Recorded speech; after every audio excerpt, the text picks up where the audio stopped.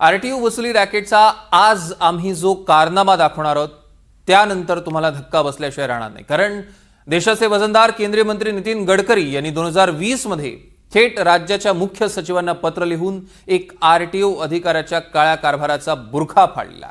या पत्रात नागपूर जिल्ह्यातील आंतरराज्य चेकपोस्टवर सुरू असलेल्या बेधडक अवैध वसुलीचा उल्लेख होता।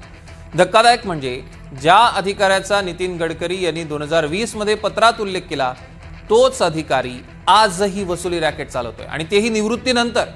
त्यामुळे दुर्दैव बघा, देशाचा एक कॅबिनेट मंत्री इतकी गंभीर बाब सगळ्या पुराव्यांसह समोर आणतो तरीही यंत्रणा ढिम्म राहते आणि वसुली रॅकेटमधला तो अधिकारी शासकीय सेवेतनं निवृत्त झाला असला तरी त्याचं वसुली रॅकेट आजही तितक्याच मुजोरपणे सुरू असल्याचा धक्कादायक प्रकार समोर आलाय।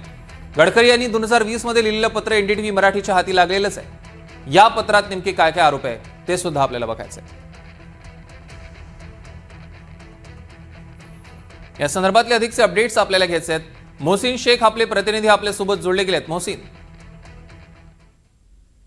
सौरभ, आपण गेल्या काही दिवसांपासून या सगळ्या आरटीओ वसुली रॅकेटचा पर्दाफाश करतोय। वेगवेगळे कारनामे समोर येतात, पण आजचा जो कारनामा आहे त्यावरून हे आरटीओ वसुली रॅकेट कधीपासून सुरू होतं आणि याबाबत सरकार किती गंभीर नाही हे स्पष्ट होतंय। 2020 मध्ये केंद्रीय मंत्री म्हणजे ते मंत्री पदावर विद्यमान पदावर असताना त्यांनी एक पत्र लिहिलं होतं ते महाराष्ट्राच्या सचिवांना, आणि त्यात त्यांनी उल्लेख केला होता एका अधिकाऱ्याचा।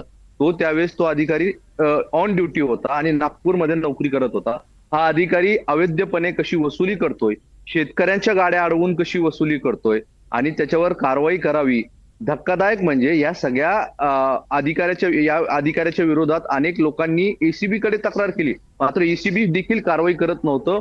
एसीबी आणि त्या अधिकाऱ्याच्या संगमताने हा सगळा प्रकार सुरू होता। हे 2020 मध्ये नितीन गडकरींनी सांगितलं होतं, सचिवांना पत्र लिहिलं होतं, मात्र त्यानंतर ही कुठलीही कारवाई झाली नाही असं म्हणता येईल। त्याचं कारण म्हणजे 2026 मध्ये जेव्हा आरटीओ अधिकारी पत्र लिहितात, मंत्री बावनकुळेंना 100 अधिकारी लिहितात, एसीबीला 20 अधिकारी पत्र लिहितात आणि ते त्यात आरोप करतात की अजूनही वसुली रॅकेट सुरू आहे।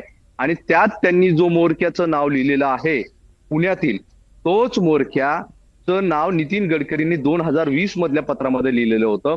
निवृत्तीनंतर देखील हा अधिकारी या आरटीओ मधला वसुली रॅकेट पूर्णपणे चालवतोय। आधी नागपूर आणि आता तो राज्यभरातलं हे सगळं रॅकेट चालवतोय।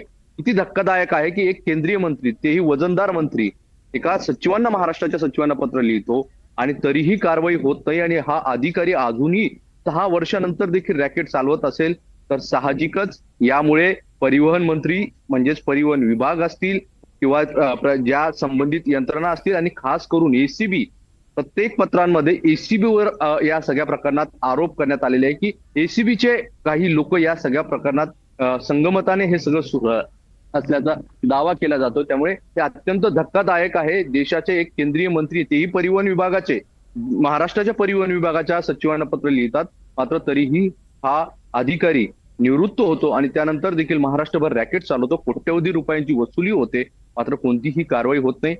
याच अधिकाऱ्यावर एसीबीची कारवाई झाली, इन्कम टॅक्सची कारवाई झाली, ईडीची कारवाई झाली, मात्र पुढे काहीही नाही आणि तो अधिकारी पुन्हा रॅकेट चालवतोय वेगवेगळ्या आपल्या सहकाऱ्यांच्या मदतीने। मग सोलापूरची महिला अधिकारी असो, अकोल्याचा अधिकारी असो, नागपूरचे अधिकारी असो किंवा संभाजीनगरचा अधिकारी असो, या सगळ्यांच्या संगमताने, या सगळ्यांच्या टोळीने ही वसुली रॅकेट सुरू आहे, मात्र कारवाई कोणतीही नाही। काल देखील अधिवेशनात याबद्दल अनेक लोकांनी, आमदारांनी आवाज उठवला, यावर प्रतिक्रिया दिली, मात्र अजूनही कोणतंही पत्र परिवहन विभागाने काढलेलं नाहीये। त्यामुळे आता ह्या सगळ्या प्रकरणात परिवहन विभागावरच प्रश्नचिन्ह निर्माण होतंय आणि आता या सगळ्या ज्या अधिकारी आहे प्रामाणिक, ज्यांनी हे सगळं पत्र लिहिलंय, त्यांना अपेक्षा आहे मुख्यमंत्र्यांकडून। त्यामुळे आता मुख्यमंत्री तरी यावर काही भूमिका घेतात का हे पाहणं महत्वाचं असणार आहे। सौरभ, निश्चितच मोहसिन, या संदर्भातले अधिकचे अपडेट्स आपण घेणार आहोत। तुर्तास धन्यवाद। दरम्यान हे जे पत्र गडकरींनी लिहिलेलं होतं त्या पत्रात नेमकं काय काय लिहिलेलं आहे, काय काय मुद्दे आहेत, एकदा ग्राफिक्सच्या माध्यमातून आपण नीट बघूया। गडकरींच्या पत्रात आरटीओ अधिकाऱ्याच्या नावाचा सुद्धा उल्लेख आहे। नागपूरच्या केळवद, खुर्सापार, कांद्री, देवरी चेकपोस्टवर